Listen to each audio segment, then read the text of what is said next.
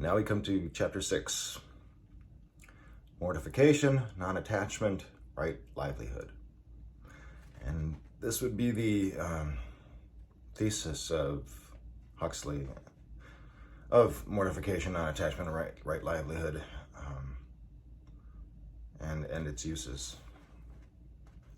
Our kingdom go is the necessary and unavoidable corollary of thy kingdom come. For the more there is of self, the less there is of God. The divine eternal fullness of life can be gained only by those who have deliberately lost the partial separative life of craving and self-interest, of egocentric thinking, feeling, wishing, and acting.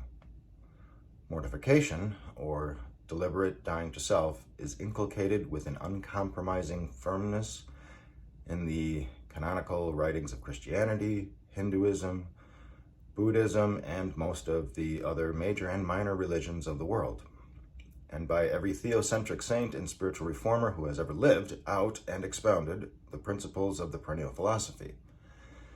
But this self-nodding is never, at least by anyone who knows what he's talking about, regarded as an end in itself. It possesses merely an instrumental value as the indispensable means to something else. The point of these is to have the experience, to be the state of.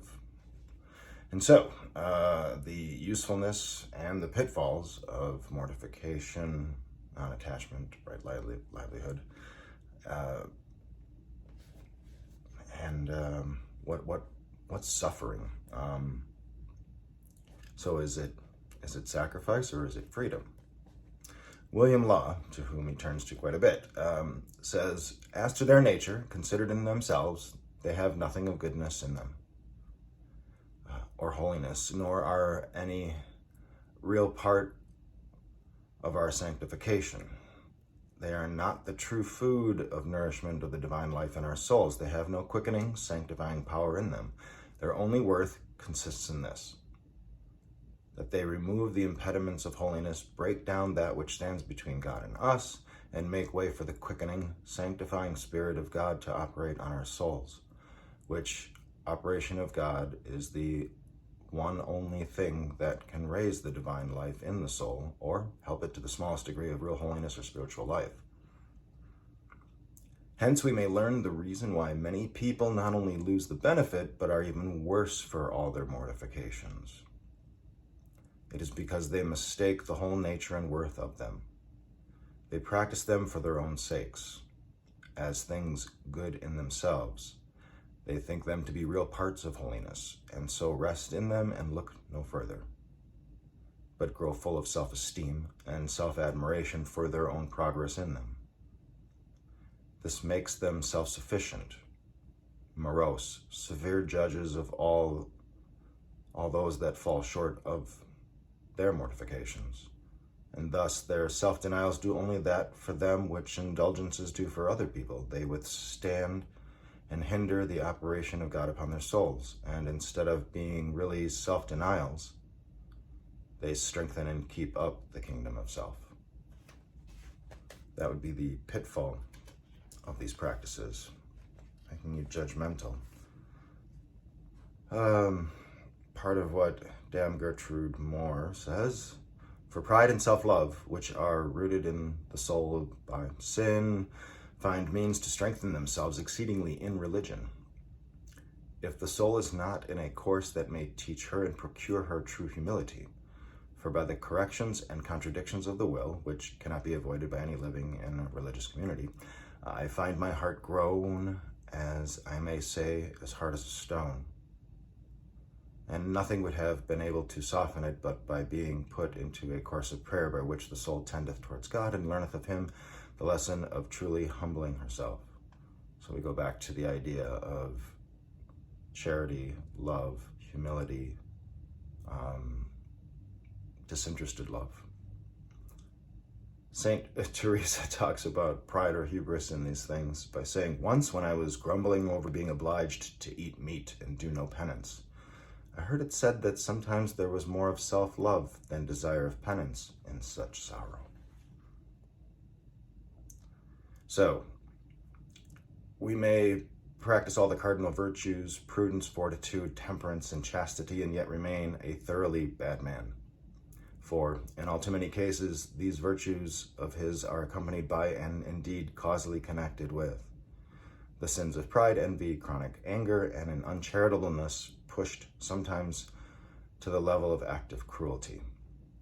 Mistaking the means for the end, we fancy ourselves holy because stoically austere, but stoical austerity is merely the exaltation of the more credible side of the ego at the expense of the less credible side. And so what are these dangers of pride? To the extent that there is attachment to I, me, mine, there is no attachment to and therefore no unit of knowledge of the divine ground. Mortification has to be carried to the pitch of non-attachment, or in the phrase of Saint Francois de Sales, holy indifference.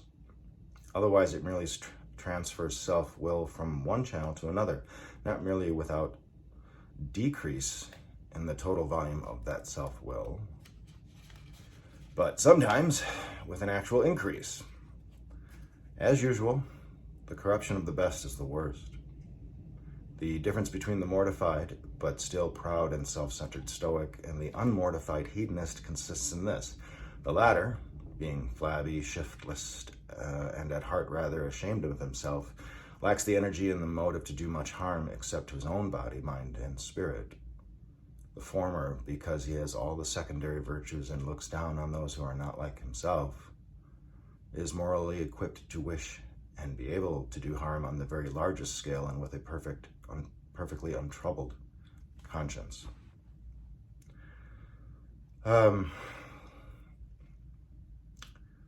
So, in the idea behind prayer, behind one of the pitfalls that can befall you in these in this prideful austerity is the ability to get petitionary prayer answered, the power to heal, work other miracles, the knack of looking into the future and other people's minds, being able to read people, it would seem are often related in some kind of causal connection with fasting, watching, and self-infliction of pain. Most of the great theocentric saints and spiritual teachers have admitted the existence of supernormal powers, only, however, to deplore them. To think that such cities, as the Indians call them, have anything to do with liberation is, they say, a dangerous illusion. These things are either irrelevant to the main issue of life, or, if too much prized and attended to, an obstacle in the way of spiritual advance.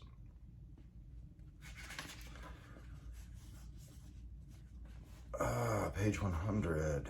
Jean-Pierre Camus, our dear Saint Francois de Sales, disapproved of immoderate fasting. He used to say that the spirit could not endure the body when overfed, but that if underfed, the body could not endure the spirit. So start and practice where you are still, always the case.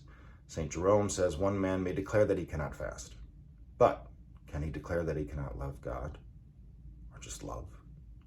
Another may affirm that he cannot preserve virginity or sell all his goods in order to give the price to the poor, but can he tell me that he cannot love his enemies? All that is necessary is to look into one's own heart, for what God asks of us is not found at a great distance. So anybody who wishes to do so can get all, and indeed more than all, the mortification he wants out of the incidents of ordinary day-to-day living, without ever resorting to harsh bodily penance.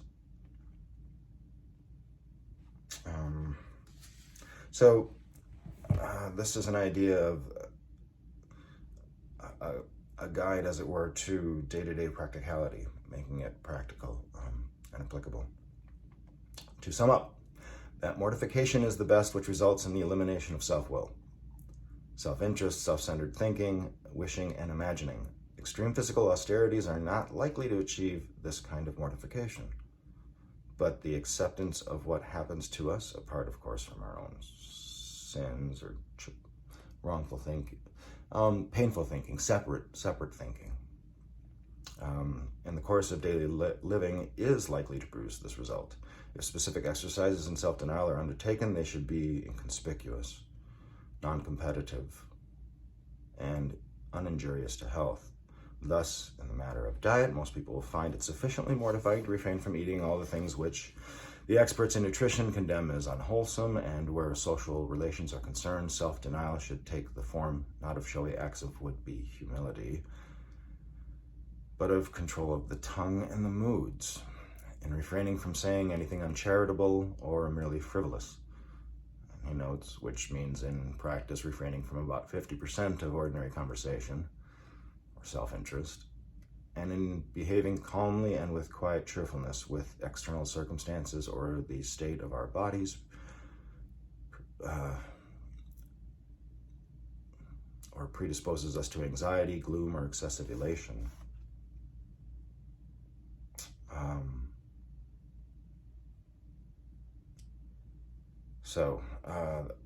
There is a comment here at the bottom of the page that I found to be useful. So there was a comment here by Rabia, a Sufi woman saint. God, if I worship thee in fear of hell, burn me in hell, and if I worship thee in hope of paradise, exclude me from paradise. But if I worship thee for thy own sake, withhold not thine everlasting beauty. Rabia, the Sufi woman saint, speaks, thinks, and feels in terms of devotional theism, the Buddhist theologian in terms of impersonal moral law, the Chinese philosopher with characteristic humor in terms of politics, but all three insist on the need for non-attachment to self-interest. Insist on it as strongly as does Christ when he reproaches the Pharisees for the egocentric piety, as does the Krishna of the Bhagavad Gita when he tells Arjuna to do his divinely ordained duty without personal craving for or fear of the fruits of his actions. And so one of the ideals to non-attachment, this is perhaps the most difficult of all mortifications, to achieve a holy indifference to the temporal successes or failure of the cause to which one has devoted one's best energies. If it triumphs, well and good, and if it meets defeat, that also is well and good, if only in ways that to a limited and time-bound mind are here and now entirely incomprehensible. We couldn't possibly see the big picture, could we? So, sufficient not only unto the day, but also unto the place is the evil thereof. Agitation over happenings which we are powerless to modify, either because they have not yet occurred or else are occurring at an inaccessible distance from us. This is the idea of grand imaginings of doing great things. Instead, the focus should be on your own disposition, your own thoughts, your own experience. So agitation over happenings which we are powerless to modify, either because they have not yet occurred or else are occurring at an inaccessible distance from us, achieves nothing beyond the inoculation of here and now with the remote or anticipated evil that is the object of our desires. Listening 4 or 5 times a day to newscasters and commentators, reading the morning papers and all the weeklies and monthlies. Nowadays, this is described as taking an intelligent interest in politics. St. John of the Cross would have called it indulgence in idle curiosity and the cultivation of disquietude for disquietude's sake. And St. Francois de Sales says, I want very little, and what I do want, I have very little wish for. I have hardly any desires, but if I were to be born again, I should have none at all. We should ask nothing and refuse nothing, but leave ourselves in the arms of divine providence, without wasting time in any desire, except to will what God wills for us.